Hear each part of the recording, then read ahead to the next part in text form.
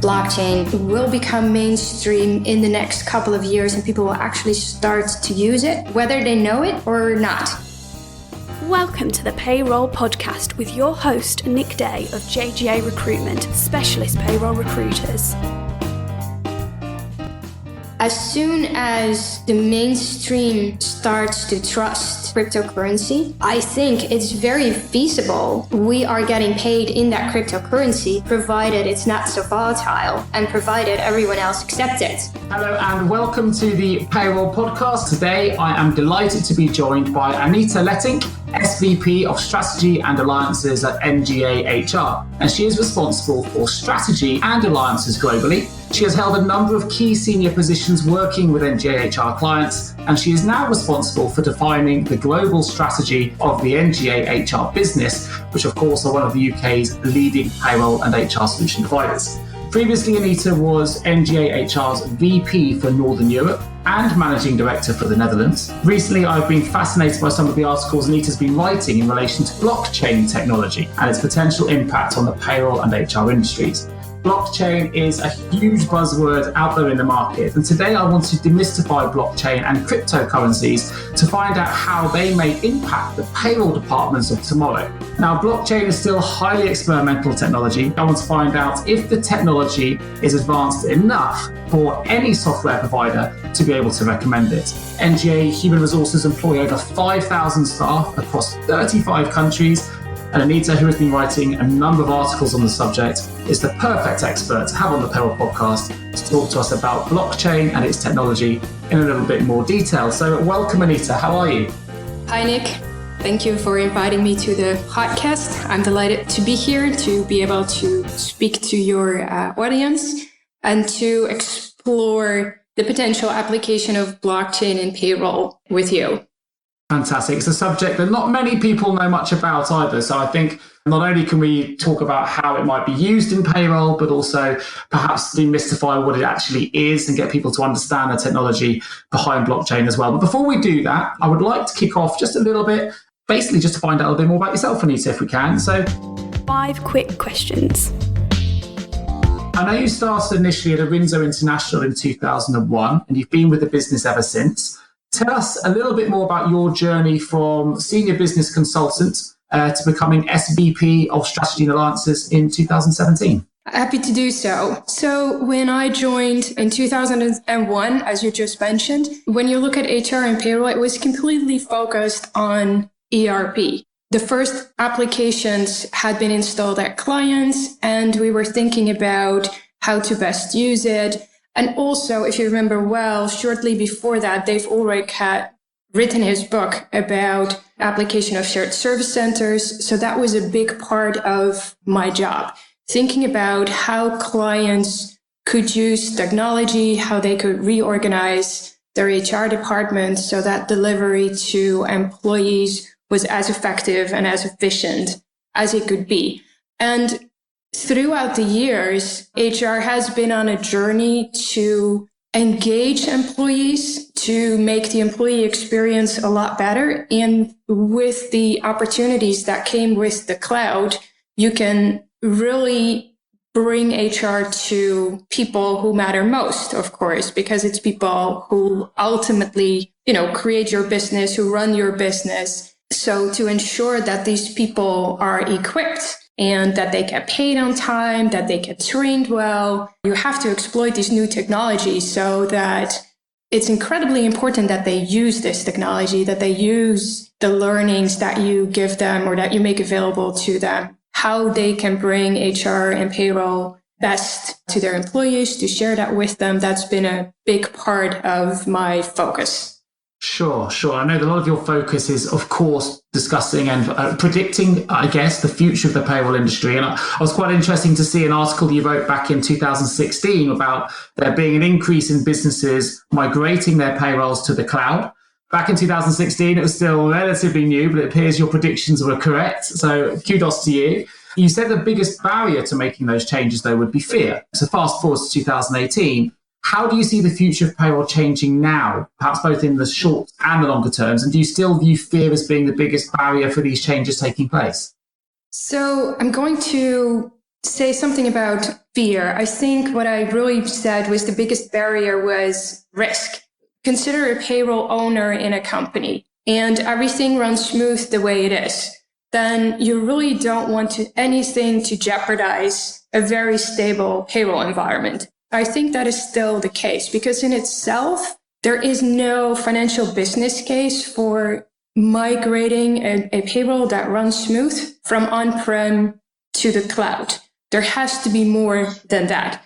And I think what you see right now is that in the enterprise segment, which is, of course, a big focus for NGA, you see that continues to be the case. So if you have 50,000 employees on a payroll and everything runs smooth, unless there is something big happening in your company, think mergers, acquisitions, that type of events, you want to keep everything as stable as you can.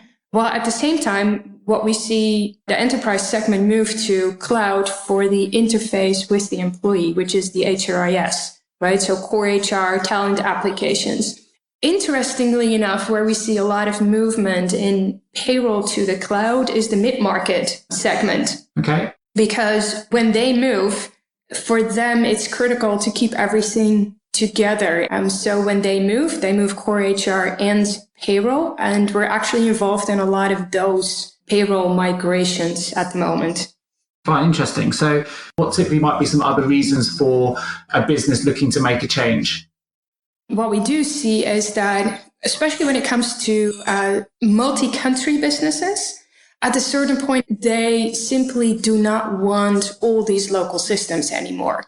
And so when they move to the cloud, they do have a business case because they're moving away from, let's say, 25 or 30 different payroll systems to one payroll provider. And that is usually a, hosted payroll in the cloud in some shape or form. Sure.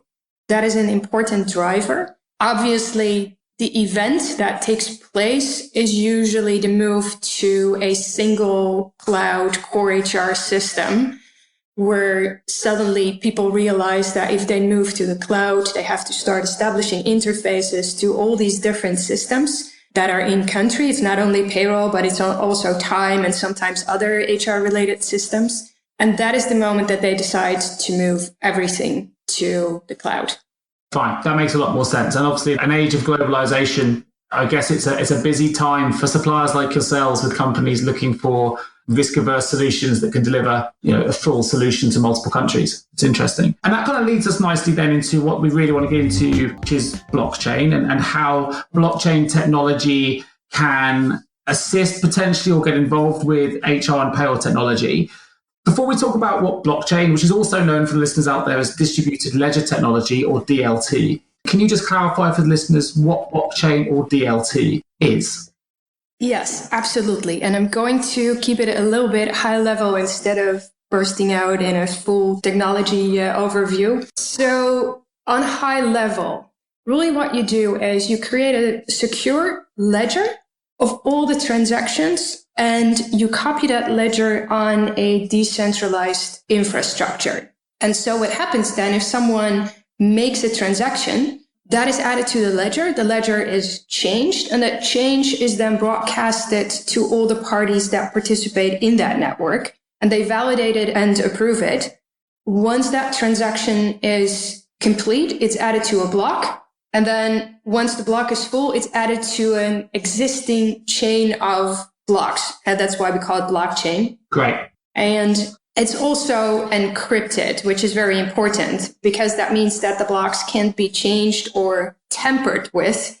And that obviously is a big advantage of the blockchain or the DLT infrastructure. Sure. A very good way of describing it, to be fair, is a very easy to follow description, which is fantastic. So now we know a little bit more about what blockchain is in simple terms. How do you think it's going to impact or change payroll? So what I think with blockchain and payroll is that it's not so much payroll itself that's going to be changed, but it's the way we provide data to payroll and the way that we get data out of payroll that will be mostly feeling the changes of blockchain. The reason why I say that is because, as you know, when you set up a payroll, you obviously use PII, right? Personal identifiable information. And as we all know, that's a big thing this year because of the GDPR, and people are, rightfully worried about who has access to their data and who hasn't. So I think there is a drive from people to own their personal data and to understand what happens with that.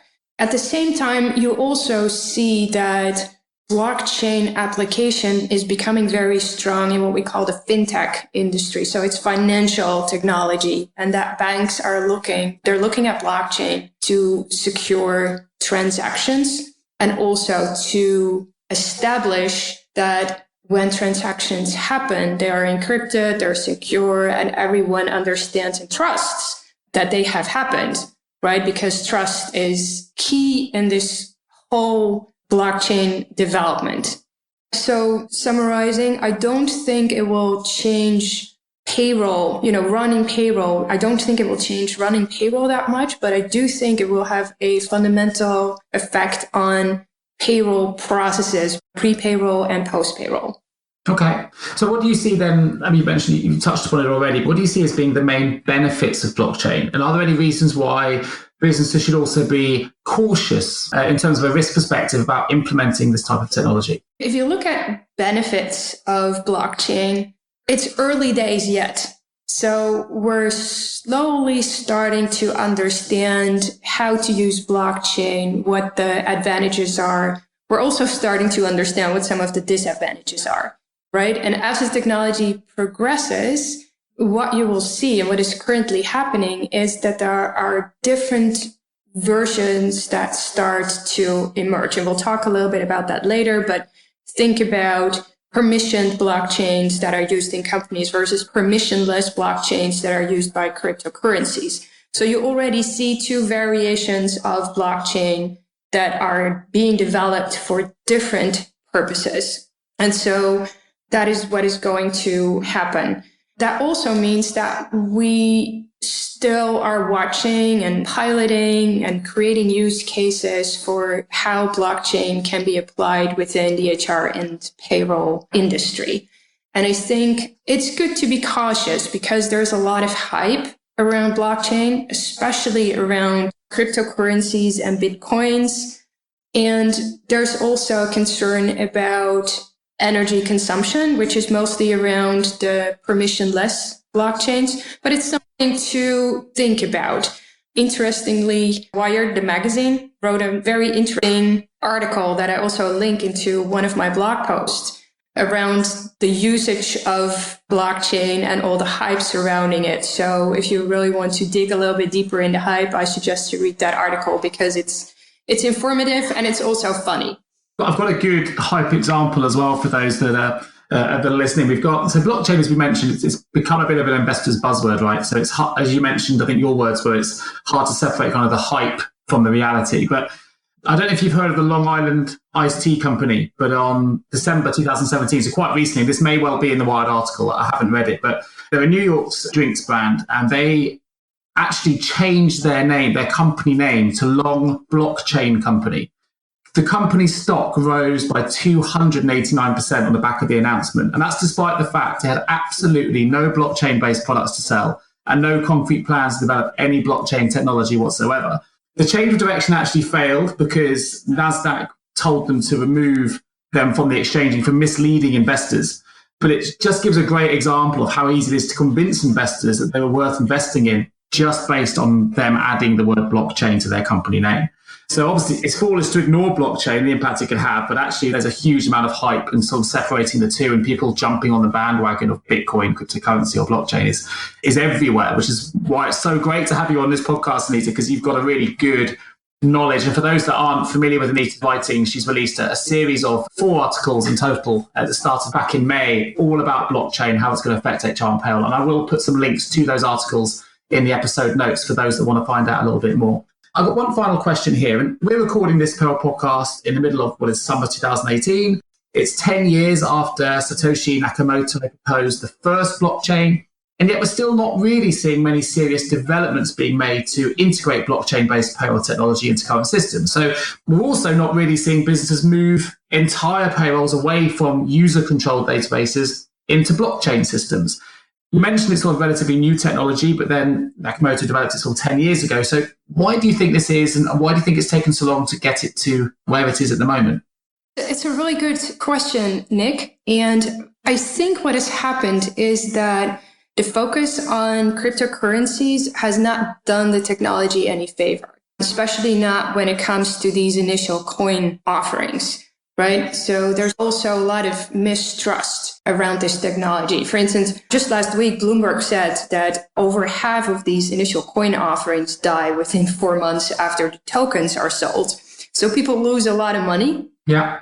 And the other thing I think was that you remember the saying that privacy is dead was a reality for a long time. But in the past year or so, these enormous data breaches are teaching people that security matters and that you do want to encrypt your data so that no one can access it without your permission, because you don't know where it ends up and what people do with it. So I think there are a number of events and trends converging to make this technology more interesting.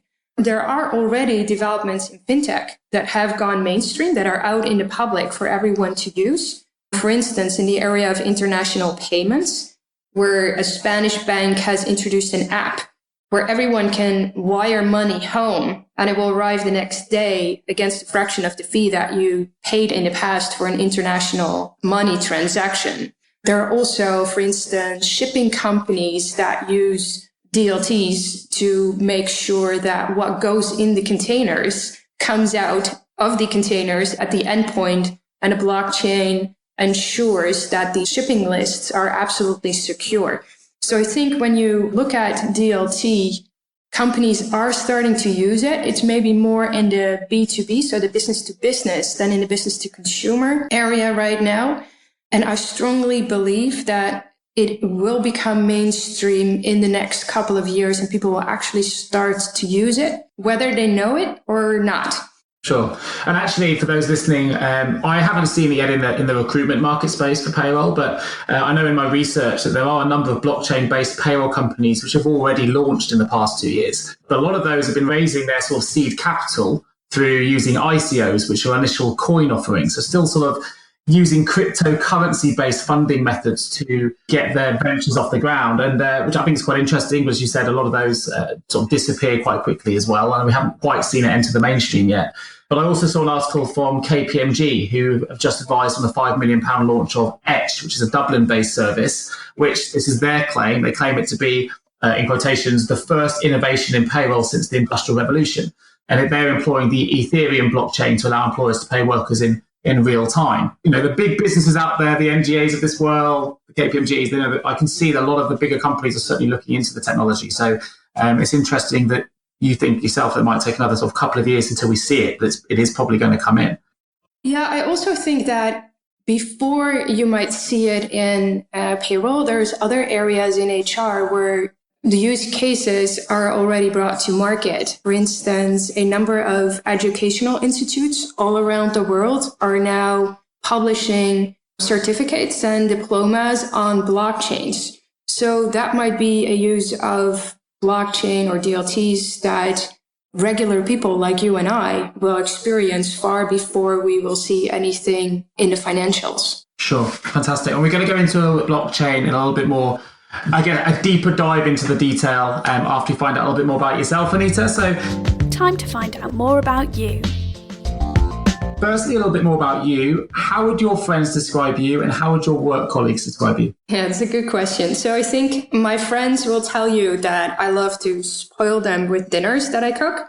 And my colleagues will tell you that I always try to find out what's going on in the world around us and how we can apply that to better serve our clients, because I constantly evaluate our services. Even if it's good enough today, will it still be good enough tomorrow? Do you apply that to your cooking as well? Evaluate and improve?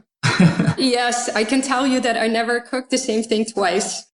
Interesting. So tell me something then about you that perhaps other people won't know about you. I play violin. Ah, okay. Yeah. Regularly? Is this in an orchestra or for fun? It's for fun. I have played in orchestras. Sometimes I do that again, but with all the traveling that I do now, that's really difficult to keep up. So at the moment, it's just for me and for fun.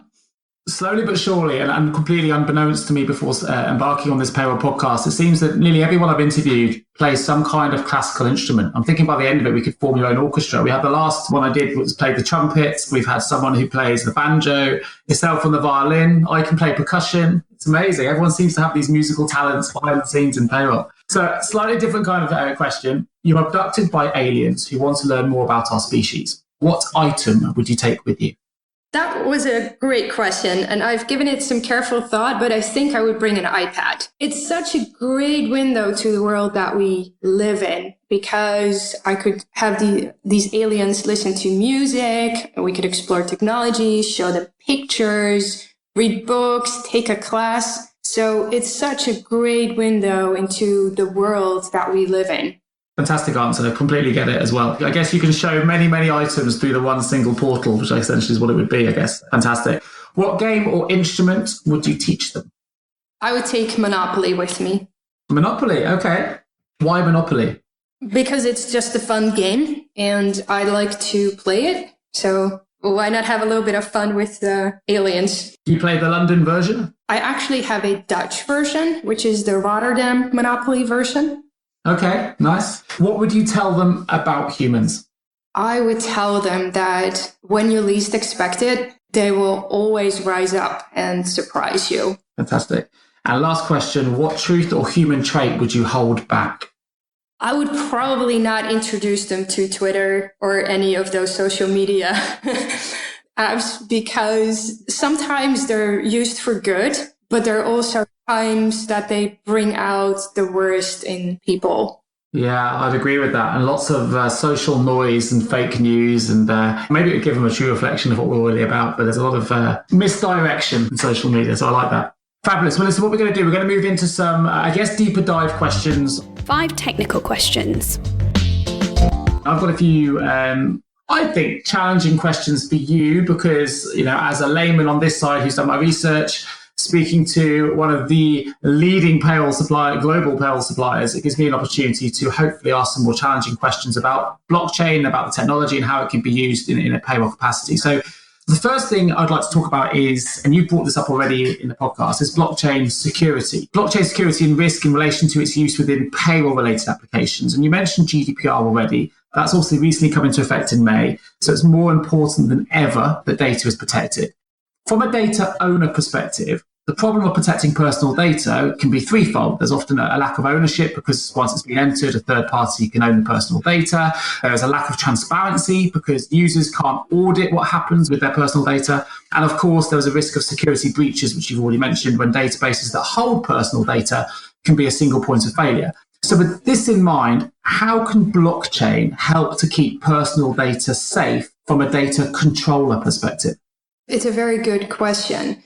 Now, what I would like to bring forward is that in principle, an employer cannot use employee data unlimited, right? Also not before the GDPR. You give an employer your personal data and they need to promise you to keep it safe and not to sell it to third parties, for instance.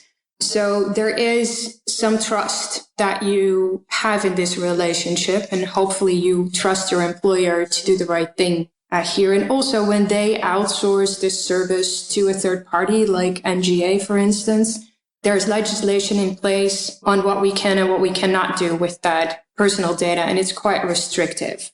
So, you also have to remember that you have to give an employer access to personal data because they need to pay taxes and social security on behalf of you. So it's unavoidable that they, for instance, disclose your name to the authorities as a statement that they have paid your taxes, right? So when you look at the gig economy, for instance, all that responsibility flips to the worker, right? Because in the gig economy, the employer pays a nominal amount to the worker who is then responsible for paying their taxes and social security. So there's already some of that responsibility moves away, and that means that less of personal data resides with, I'm going to call it the employer, but it's not really an employer in a gig economy. So ultimately, I think there's always going to be a level of trust needed between employers and employees that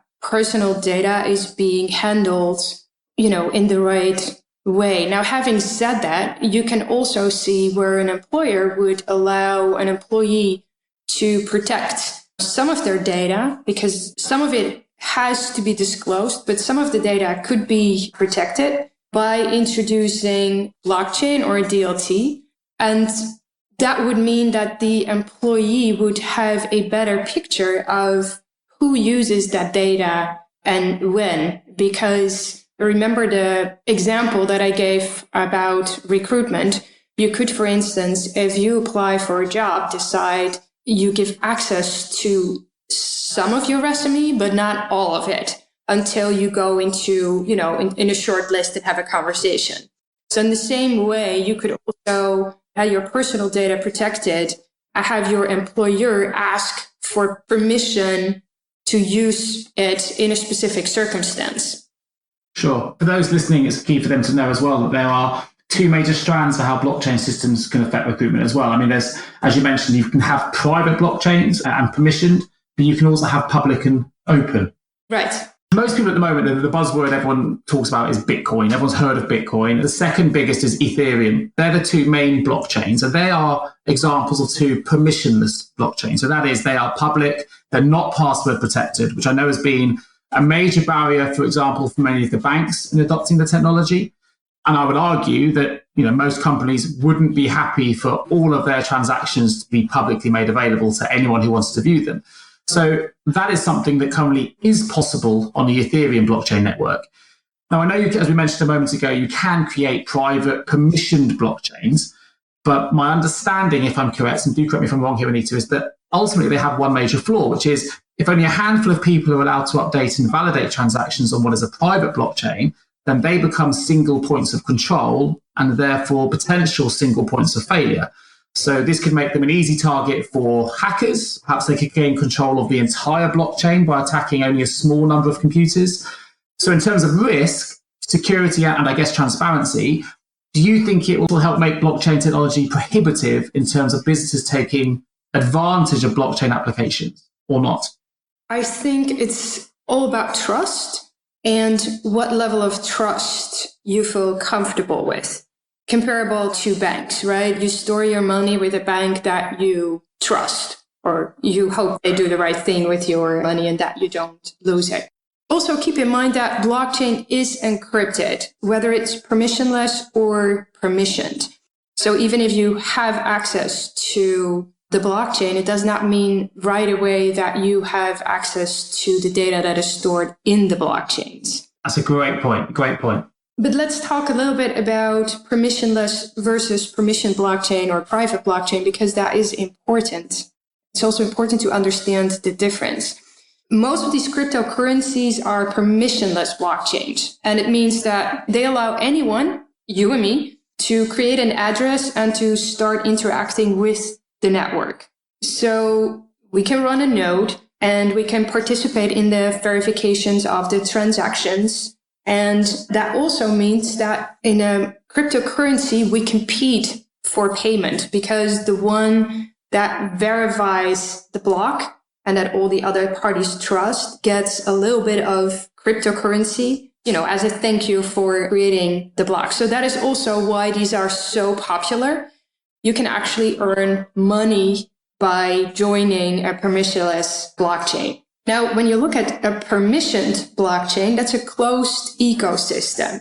And usually it's created by a consortium of companies who need to do business with each other or for some other reason are in business. And the purpose of those blockchains is to create a way to efficiently exchange information and record transactions. And so for enterprises, this can be a way to instill trust, transparency. For instance, the Hyperledger Foundation is an example of an open source initiative for these types of blockchains. With these types of blockchains, you can see where enterprises, but also people like you and I can make a choice on who is running that network.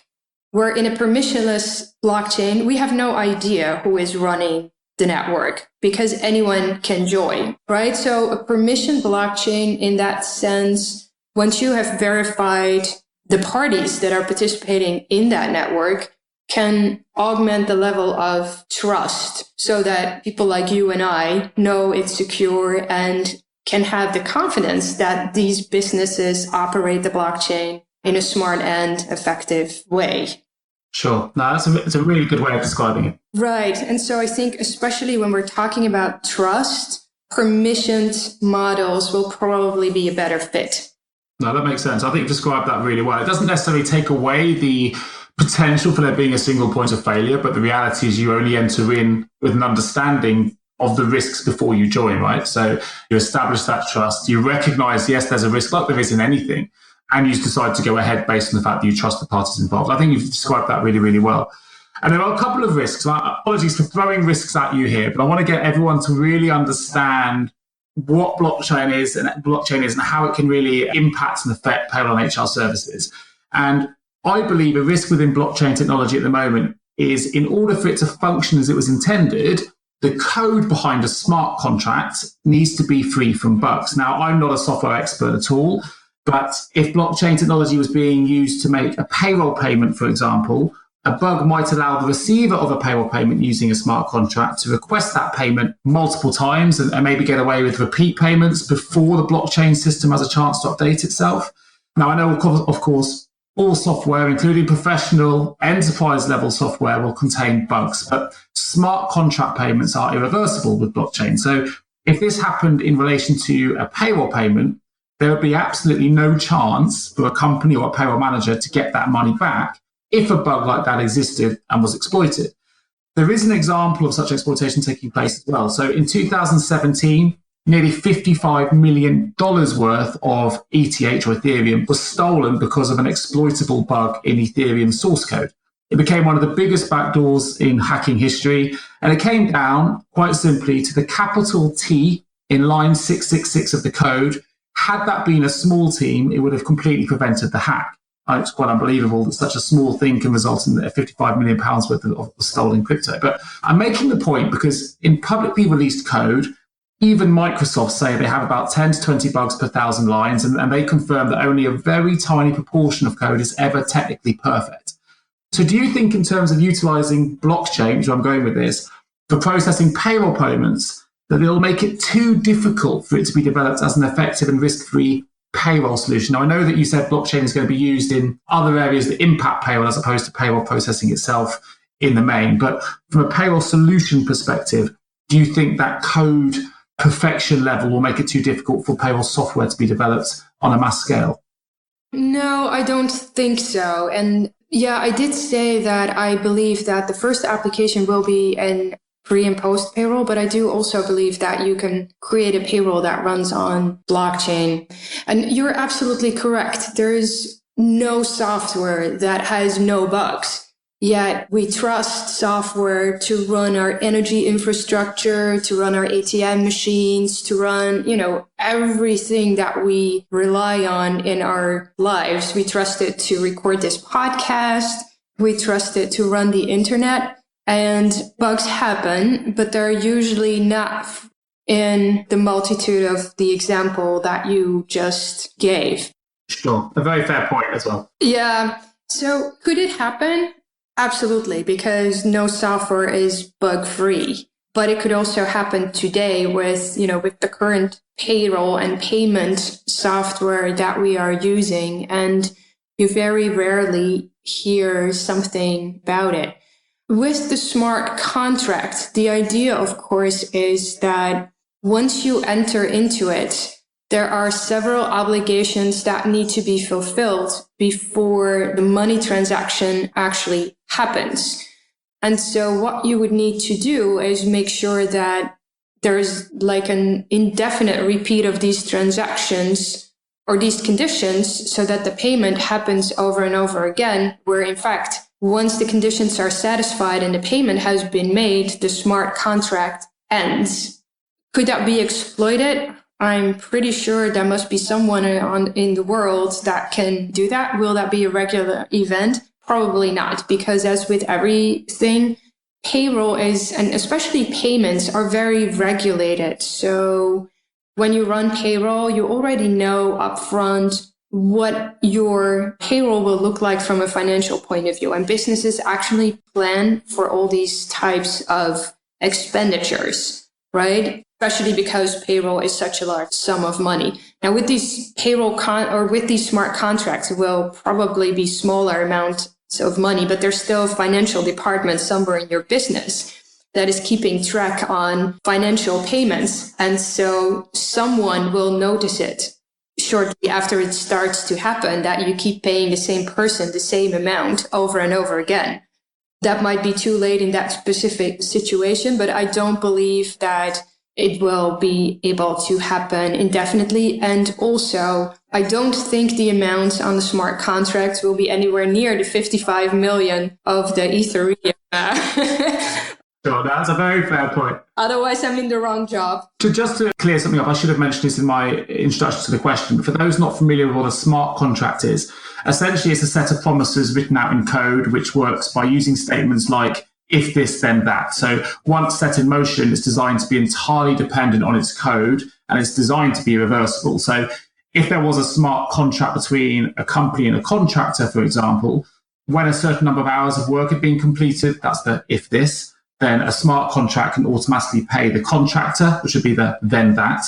And it does that by deploying the piece of remotely executable code, which is linked to an instruction from either the bank account or to the contractor's bank account and so on. So we wouldn't need to contact our bank on a monthly payment run, along with all the payroll processing time it entails. We just deal direct with one another. And with the smart contract, there's a guarantee that the work is completed. So for those not familiar with what smart contracts are, hopefully that's a brief example of what it is and how they work. In addition to that as well, my intention with the £55 million example wasn't to scaremonger. It was very much for, as Anita I think is very articulately done there, is explain that whatever solution we decide to go forward with, I don't want blockchain, people to be scared of blockchain, but you're going to hear a lot of these news articles coming out as the technology becomes more into the mainstream. There are risks with all the software that we use, even now. So those that are using ERP software right now, there are still risks. There are still hacking risks and security risks with anything that we deploy. Those stories don't always make the mainstream. And blockchain is so mainstream at the moment that any slight example of there being an error or a problem with it, everyone hears about it. You answered that question brilliantly, Anita. And that was a really good way of just telling the industry that, hey, it's coming. And yes, there are risks, but hopefully NGA and other service providers are going to try and minimize that risk as much as possible, because ultimately the software is going to help improve efficiency and improve the way that we do things. We're just going to go for a quick advert break. When we come back, we're going to find out all about the advantages and disadvantages of both blockchain and cryptocurrencies. So back right after this. Einstein famously said that insanity was doing the same thing over and over again and expecting different results. We believe it's time to try a new approach to recruitment. JGA Recruitment specialise in recruiting the top 15% of payroll and HR talent using innovative 24/7 attraction strategies that are proven to improve quality of hire, candidate retention and return on investment. De-risk your recruitment process today and hire better talent faster with JGA Recruitment. Visit jgarecruitment.com to find out more. Now, one of the big advantages of blockchain is speed, and it's incredibly fast. I'll let Anita talk about that in a little bit more detail, but there is a cost of the speed, and the cost can be found in the fact that blockchain transactions tend to use up considerable energy consumption and computing power because they're verified using very complex algorithms. In addition, as the size of the blockchain grows, which is obviously every time there's a transaction, it grows and grows and grows, the requirements for storage, bandwidth, and computing power is obviously going to increase. So, Anita, do you see scalability as being a potential barrier to blockchain implementation in the long term? It's an interesting question because on the one hand side, you have a technology that can help you establish trust and transparency. And on the other hand side, because of this trust and transparency, there is a lot of energy consumption, which is a concern, obviously. Now, if you look at the public blockchain, remember that I said earlier that anyone can be a user or run a node. And that means the more nodes that exist, the more computers, the larger the network becomes, and the more computers those new transactions need to be replicated to. And that is one of the major reasons behind this energy consumption. When you are looking at permissioned blockchain, you can control the number of nodes in the infrastructure. Therefore, the energy consumption is much lower. Energy consumption is a concern, but it all depends on the application. And I also know that within the industry, there's a lot of focus on thinking out smart ways to reduce these energy needs. Sure. So by the time potentially we see blockchain in the mainstream, you would hope there's going to be significant innovation and advancements in the way that energy consumption is used.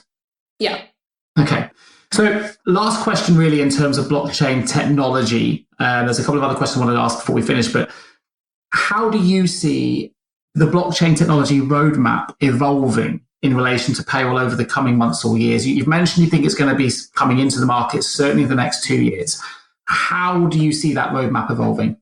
What will happen is that many companies like ours are experimenting with use cases and are starting to understand what works and what doesn't, where blockchain adds value and where it doesn't, and sorting through the hype, as you will. So bringing blockchain back from blockchain will be the cure-all and bring us world peace to, okay, this is a really smart application of blockchain, and this will greatly benefit employees as well as employers. These educational certificates and diplomas are a really good example because once you put those on the blockchain, the information is there, it's secure, it's encrypted, and no one can tamper with it.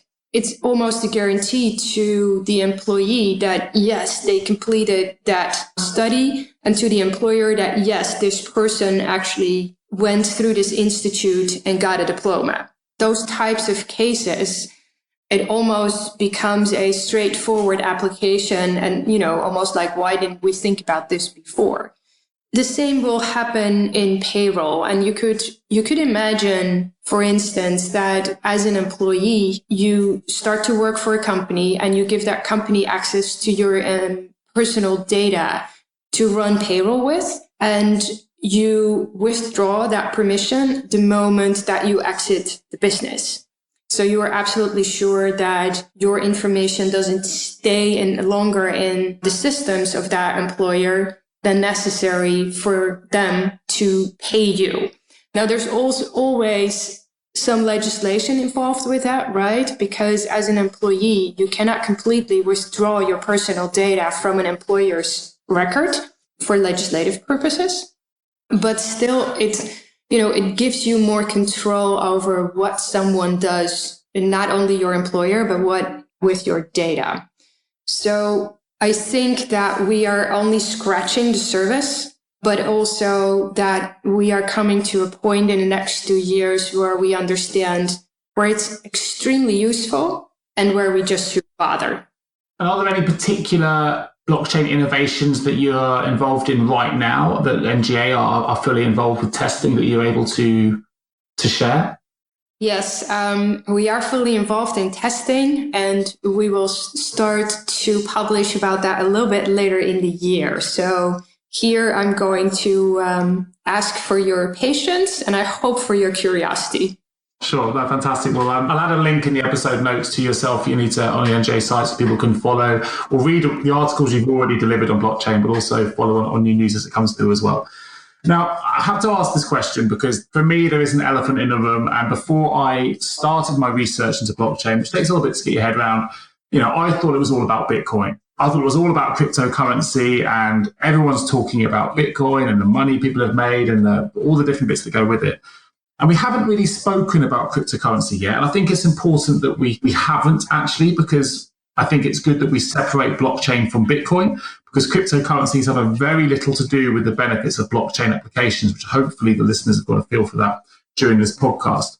However, there is a lot of hype around cryptocurrencies right now. And so it would appear to be a natural evolution of the workplace that businesses should start potentially paying their employees in cryptocurrencies in the future, right? So already I know some companies are involved in doing this already. They are predominantly companies already in the fintech space. But an example would be Japan's GMO Internet, which announced in February that they would allow workers to take home up to $890 a month in Bitcoin. However, cryptocurrency is also extremely volatile for those that follow the markets. And it's not unknown for the price of Bitcoin, Ethereum, or any of the other better known crypto coins to increase or decrease by 10 or even 20% in value in a single day. So with these things in mind, do you think there will ever be a wide-scale company adoption of the idea of payrolling its employees in cryptocurrency? Yeah, and I think that all has to do with our acceptance of cryptocurrency. This is not so much about payroll. And until cryptocurrencies are stabilized, like you put it very well, they're extremely volatile. And so can lose 10 or 20% of their value one day to the next. Whereas you are being paid, in pounds or euros or dollars, you're relatively sure that what you buy today, you can buy tomorrow, considering inflation is not running at an all-time high. So the reasons why we want to be paid in euros is also, or in dollars or pounds, is also because when we go to a shop or when we go to the internet, other people trust us to pay them in that currency. It's not enormously costly for us to do so. So this whole infrastructure relies on the currencies that are currently in use.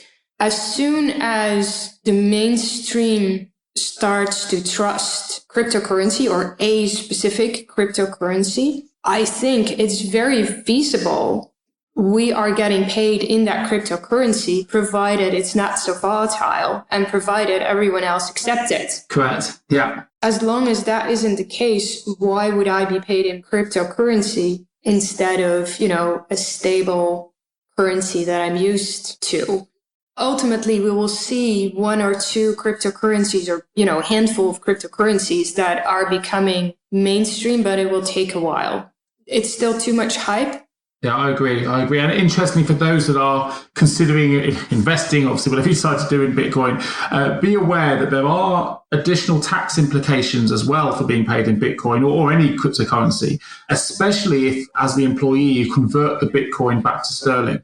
Now, the HM Revenue and Customs have already warned that traders, investors, and holders may have to pay capital gains tax on any profits made. Just in making that statement themselves, it would suggest that HMRC are starting to take cryptocurrency more seriously, which is interesting. But like you mentioned, why would employers want to pay employees in cryptocurrency when at present we already have a very stable mainstream currency? For us here, it's the good old English pound. It already does the job well enough. It can be spent much easier on the open market. Well, what's your view on the HMRC sort of making statements on cryptocurrencies now and talking about capital gains taxes or tax implications if you decide to go in Bitcoin? Do you have any views on HMRC starting to take it more seriously? Well, not on the HMRC specifically, but on regulators in general. 2 years ago, they just wouldn't touch it. There's an interesting development in that regulators are starting to look at cryptocurrencies and getting more involved, creating opinions, and like what you just mentioned, bringing out warnings or updates about what people who hold them should do with them. You also see a number of financial institutions starting to look at investing in cryptocurrencies. And so you see the whole, I would almost say, establishment starting to understand that, yes, this is something that they need to get engaged in. because otherwise this will be a development that runs away from them and that people will actually want to use because it offers them an easier way to move money across the world. I can imagine that regulators want to understand how that money flows across the world and what they need to do to, for instance, protect people from laundering money through these types of currencies. It will come. Right now, I think people want to get paid in cryptocurrencies because they think that the value of these cryptocurrencies will rise astronomically. So it's more of an investment vehicle than a payment vehicle. In fact, when Bitcoin dropped in value, some of the transactions cost more than the intrinsic value of the transaction. Wow. Yeah, that's also something to be aware of. So I don't think that running around with your crypto coin wallet and, paying for a full tank of gas is one of the applications that we will all be doing next year. It will become more mainstream. And as it becomes more mainstream, it's logical that regulators become involved. And actually, the fact that they do become involved will probably be a signal to many people that, okay, now it becomes more mainstream because it will become regulated. That's a great point. And you mentioned the international or cross-border payments as well.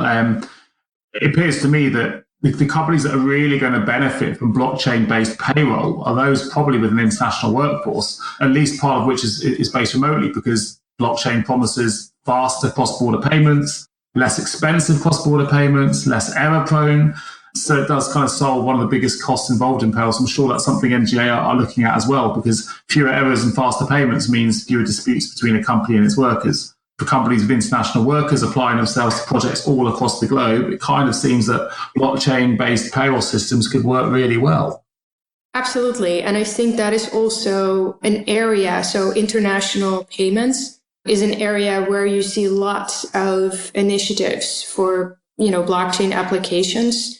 And also, these are some companies that are actively using this to speed up the transaction against less cost. So there's also a really good business case to move to blockchain when it comes to transferring money across borders. Sure, and I know you've got some of that in your blogs as well. So I won't give the whole game away. If people want to read more, please do go to Anita's blog page, which again I'll put the link in the episode notes. So last question before we enter the final part of this podcast, which is the ironically called the Vault and the Crypto Vault. If you're a payroll manager right now, how do you think they should be getting to grips with this technology? I would advise them to either watch a video on YouTube or, read some blogs, my blogs preferably, but do a little bit of research because you need to understand where this is headed. And even if it doesn't mean that your full process will be running on a blockchain, if you're using an external provider for some parts of it, you will probably see blockchain start to pop up in their service offerings. And that means that you need to understand what they are doing. Now, obviously, you can also ask your external provider to give you a little bit of an update or a presentation on how they apply it, the use cases that they are experimenting with. But yes, you need to understand where this is headed. Don't go as far as, diving deep into the technology because it is complex and you need to have a really good grasp of technology to be able to fully comprehend it. There are more than enough blockchain 101s out there to get you comfortable with at least the basic principles.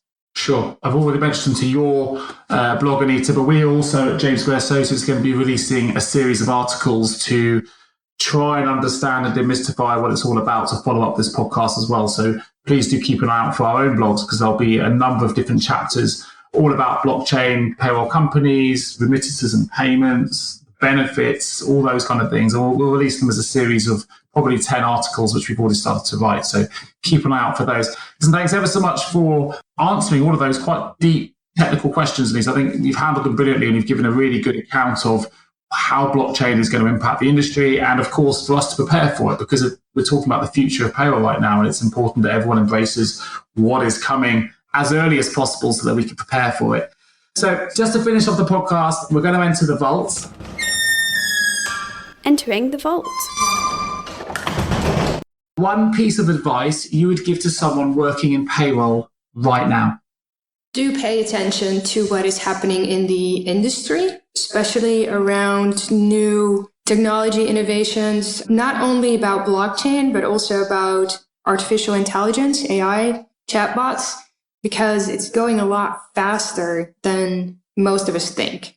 Great answer. And AI and chatbots is certainly a subject that we intend to tackle on a payroll podcast for the future episode. So a brilliant point, well made. With the benefit of hindsight, Anita, what would be the one career decision you would change? I probably wouldn't change a career decision, but I might change my field of study. I was thinking about the question. Yeah, because I have a master's in arts, but I think I would study technology and engineering if I would do it all over again. When you studied art, was there a particular genre of art or type of art that you studied? So I studied language and literature, and I have an educational degree. So that's completely different from what I'm doing now. Sure. So if you had the power of foresight and you could change the entire payroll industry with one action or improvement, what would that action or improvement be? I would eliminate all local laws. Okay.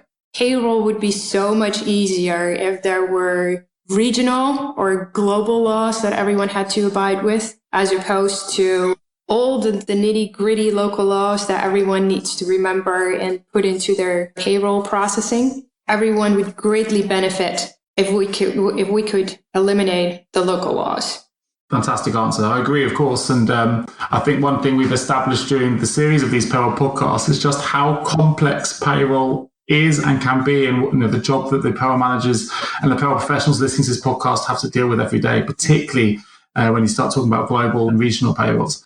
Who motivates you and why? I am mostly motivated by our clients, by talking to our clients, because, they bring me new problems, they bring me new ideas, and then by my colleagues from NGA, just because whatever you throw at them in these types of, problems or client questions, they always come up with an answer. So it's not just the one person, but it's a whole set of people that I work with that completely fascinate me on a daily basis. Brilliant. And if you didn't work in payroll, what would you be doing? I would travel the world. Fabulous. And I just want to finish this payroll podcast again by saying a massive thank you, Anita, for joining us on what is, to my mind, a very complex subject that I think you've been able to articulate very, very well. So thank you so much.